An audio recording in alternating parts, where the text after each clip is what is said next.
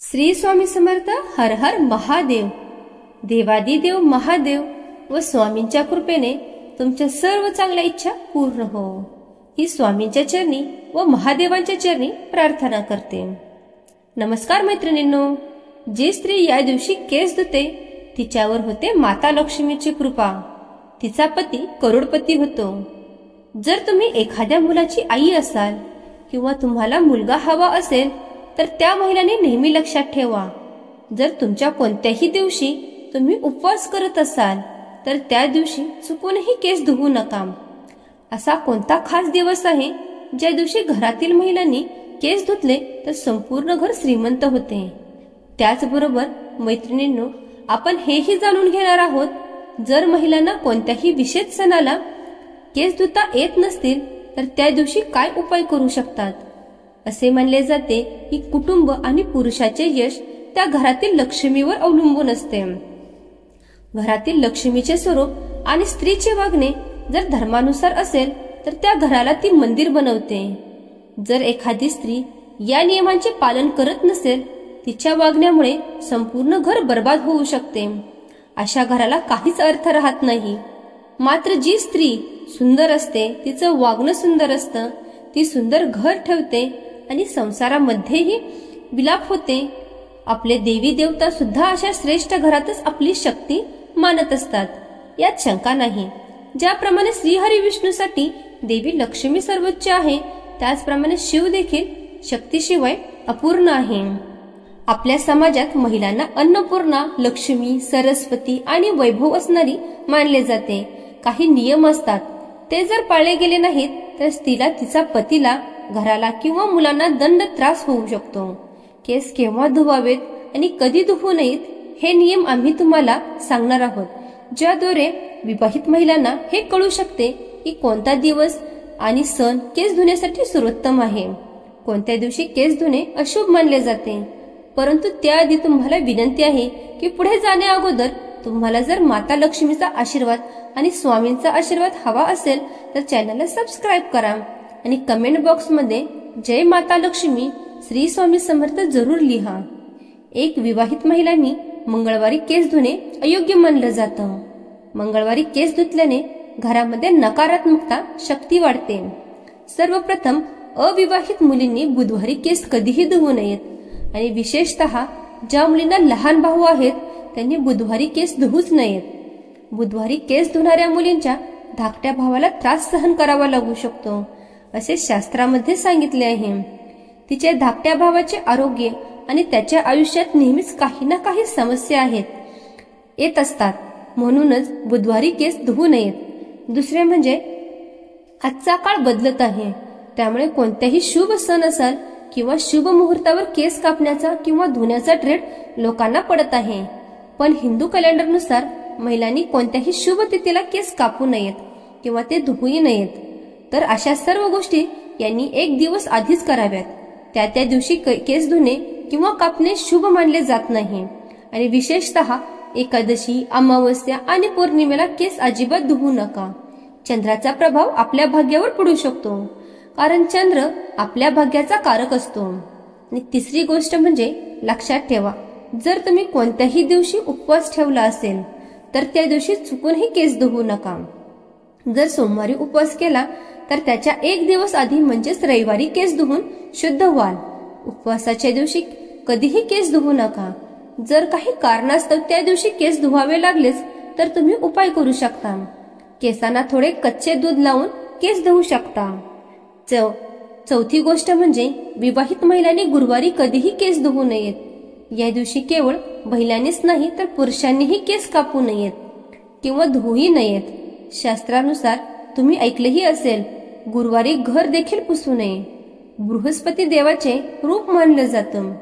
असं मानलं जातं की गुरुवारी केस धुणे आणि कापल्याने घराचे आरोग्य बिघडते, घरामध्ये आजारपण वाढते, आजारपण पाठीशीच लागते, आर्थिक समस्या निर्माण होऊ लागतात, तुमची गृहस्थितीही बिघडते, हे जीवन बदलू लागते. हे सगळं गुरुमुळेच घडते. त्यामुळे गुरुवारी अशी कामं करू नयेत. ही पाचवी गोष्ट आहे. म्हणजे तुम्हाला एखाद्या मुलाची आई असाल किंवा तुम्हाला मुलगा हवा असेल तर त्या महिलांनी शुक्रवारी केस धुणे शुभ असते. आणि 6वी गोष्ट म्हणजे शनिवार. हा दिवस शनी महाराजांचा मानला जातो. या दिवशी केसांना तेल लावू नका आणि केस धुवूही नका, तसेच केस कापूही नका. यामुळे शनीची वाईट नजर तुमच्यावर राहते. जर काही कारणास्तव शनिवारी केस धुवावे लागले तर थोडी हळद आणि बेसन मिसळून लावा.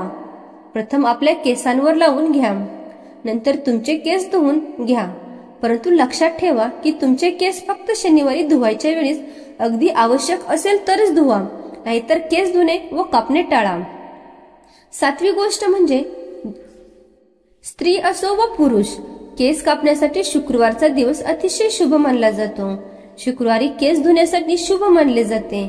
शुक्रवार देवी लक्ष्मीचा वार आहे, म्हणून स्त्रियांनी या दिवशी केसांची स्वच्छता जरूर करावी. यामुळे तुम्हाला देवी लक्ष्मीची कृपा प्राप्त होते. 9वी, एक मत आहे की विवाहित स्त्री सिंदुराचे भांग भरून कोणत्याही पूजेला सहभागी होऊ शकते, कारण भरलेला भांग हे विवाहित स्त्रीच्या सौभाग्याचे प्रतिनिधित्व करते. असे मानले जाते की ज्या स्त्रीला स्वतः देव देखील नाकारू शकत नाहीत, पुरुषांनी नेहमी आंघोळ करून केस धुतल्यानंतरच पूजेत सहभागी व्हावे. तरी विवाहित महिलांनी केस न धुता सिंदूर लावून पूजेत सहभागी होऊ शकता. पण मैत्रिणींनो, जेव्हा आपण सिंदूर बद्दल बोलतो तेव्हा हे जाणून घेणं अत्यंत आवश्यक आहे की चुकीचा वापर तुमच्यासाठी समस्या निर्माण करू शकतो. म्हणून मैत्रिणींनो, तुम्हाला माहित असेल तर तुमच्या पतीचे तुमच्यावर किती प्रेम आहे हे जर जाणून घ्यायचे असेल तर तुमच्या नवऱ्याच्या हाताने सिंदूर लावा. बघा, थोड्या वेळाने सिंदूर तुमच्या नाकावर पडला तर पतीचे तुमच्यावर खूप प्रेम आहे असा संकेत असतो. कदाचित हे थोडंसं तुम्हाला फिल्मी वाटेल, परंतु हे खरं आहे. नवऱ्याने लावलेला सिंदूर जर नाकावर पडला तर पतीचे प्रेम दुप्पट असते, आगामी काळ दर्शवते आणि भविष्यातही तेच नाते अगदी घट्ट होते. याशिवाय स्वतःहून सिंदूर लावताना कळत न कळत नाकावर पडल्याचा याचा अर्थ असा आहे की तुम्हाला तुमच्या पतीकडून काही चांगली बातमी मिळणार आहे. स्त्रीसाठी सिंदूर ही तिच्या लग्नाचे प्रतीक आहे. जेव्हा आपण विवाहित स्त्री पाहतो तेव्हा तिच्या कपाळावर शेंदूर नक्कीच लावलेला असतो. विवाहित स्त्री शेंदूर शिवाय अपूर्ण मानली जाते. स्त्रीसाठी कुंकू म्हणजे तिच्या सौभाग्याचं असण्याचं लक्ष्य असतं. काही समाजात कपाळावर कुंकू लावतात तर काही समाजात केसांच्या भांगात कुंकू भरले जाते. सध्या आधुनिक स्त्रिया, खास करून शहरातील स्त्रिया, भांगात कुंकूही भरत नाहीत आणि प्रत्येकाची स्वतःची अशी कारणे असतात. काही वडीलधाऱ्या माणसांच्या मते ही चुकीची गोष्ट आहे. स्त्रीने आपले सौभाग्य टिकवण्यासाठी कुंकू हे वापरलेच पाहिजे असा त्यांचा आग्रह असतो. हिंदू पौराणिक कथानुसार सिंदूरला आध्यात्मिक महत्व दिलं गेलं आहे. एकदा पवनपुत्र हनुमान व माता सीताला विचारतात, माते, भांगामध्ये सिंदूर का लावला आहेस? तेव्हा माता सीता म्हणते, माझ्या पतीचे म्हणजेच भगवान श्रीरामाचे आयुष्य वाढण्यासाठी मी भांगामध्ये सिंदूर लावला आहे. तेव्हा पवनपुत्र हनुमान म्हणतात, मग असं आहे तर मी माझ्या पूर्ण अंगाला सिंदूर लावून घेतो. आणि म्हणूनच भगवान श्रीरामांसाठी पवनपुत्र हनुमानाने पूर्ण अंगावर सिंदूर लावून घेतलेला आहे. तुम्ही आजही पाहत असाल, महिलांनी कपाळावर सिंदूर किंवा कुंकू लावल्यावर शरीरामध्ये सकारात्मक ऊर्जा विचारते. तसेच मनामध्ये सतत चांगलेही विचार येतात, ज्याच्यामुळे सतत चांगले काम करण्याची प्रेरणाही मिळते. सगळ्यात पहिलं म्हणजे आपण त्यांच्याचे वैज्ञानिक कारण जाणून घेऊया. खरं तर कुंकू लावणे हा एक केवळ प्रथेचा हिस्सा नाही, तर स्त्रियांच्या आरोग्यावर सुद्धा तितकंच परिणाम करत नाही. तुमचा यावर विश्वास बसत नाही ना? मग पाहूया. चक्क विज्ञान सांगतं की विज्ञानाच्या म्हणण्यानुसार कुंकू हे हळद आणि लिंबापासून तयार होते असल्याने यातील गुणधर्म तणाव कमी करण्यास मदत करतात. त्याशिवाय मेंदू अधिक सक्रिय आणि सतर्क राहण्यास सुद्धा मदत मिळते. काही अभ्यासातून हे सुद्धा निष्कर्ष पुढे आले आहेत की कुंकवाच्या वापरामुळे रक्तदाब सुद्धा नियंत्रणात राहतो. एक लक्षात घ्या, हे थेट कुंकूमुळे होत नाही, तर कुंकू ज्या पदार्थापासून तयार होते त्यासाठी गुणधर्मामुळे हे परिणाम दिसून येतात. डोक्यामध्ये वाईट विचारांचे वर्चस्व कमी होतं व त्या स्त्रीचे विचार सकारात्मक बनतात. सिंदूर घरच्या घरी कसा बनवावा? सुरुवातीला सिंदूर तयार करण्यासाठी एका वाटीमध्ये 2 चमचे हळद घ्या. त्याच्यामध्ये 1/4 चुना टाका आणि 2 ते 3 गुलाबाच्या पाकळ्या सुगंधासाठी घाला. आणि नंतर त्याच्यामध्ये साधारणतः अर्धा चमचा लिंबाचा रस आणि 2 ते 3 थेंब गुलाब पाणी घाला. आणि तुम्हाला हवे असेल तर तुम्ही त्याच्यामध्ये 2 ते 3 थेंब तूप किंवा सुगंधित तेलही घालू शकता. यामुळे सिंदूर थोडासा चमकदार आणि तेलकटही होईल. शेवटच्या स्टेपला हे सर्व एकत्र व्यवस्थित मिसळा. तुम्हाला दिसेल की गडद लालसर कलर आला असेल.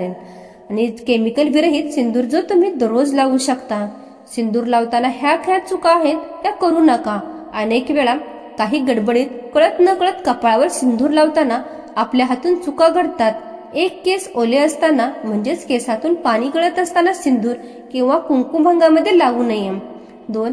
धार्मिक मान्यतेनुसार जर एखाद्या स्त्रीने मध्यभागे ऐवजी कपाळाच्या साईडला सिंदूर लावला तर तिचा नवरा तिच्यापासून दूर राहतो. पती पत्नी दरम्यान परस्पर नात्यात मतभेद निर्माण होतात. 3. तुम्हाला माहित असेल की एखाद्या स्त्रीने तिच्या प्रार्थनेच्या दरम्यान जर लांब सिंदूर लावला तर तिच्या पतीचे आयुष्य देखील दीर्घ होते. अशा जोडप्याला माता पार्वतीचा आशीर्वाद नक्कीच मिळतो. 4.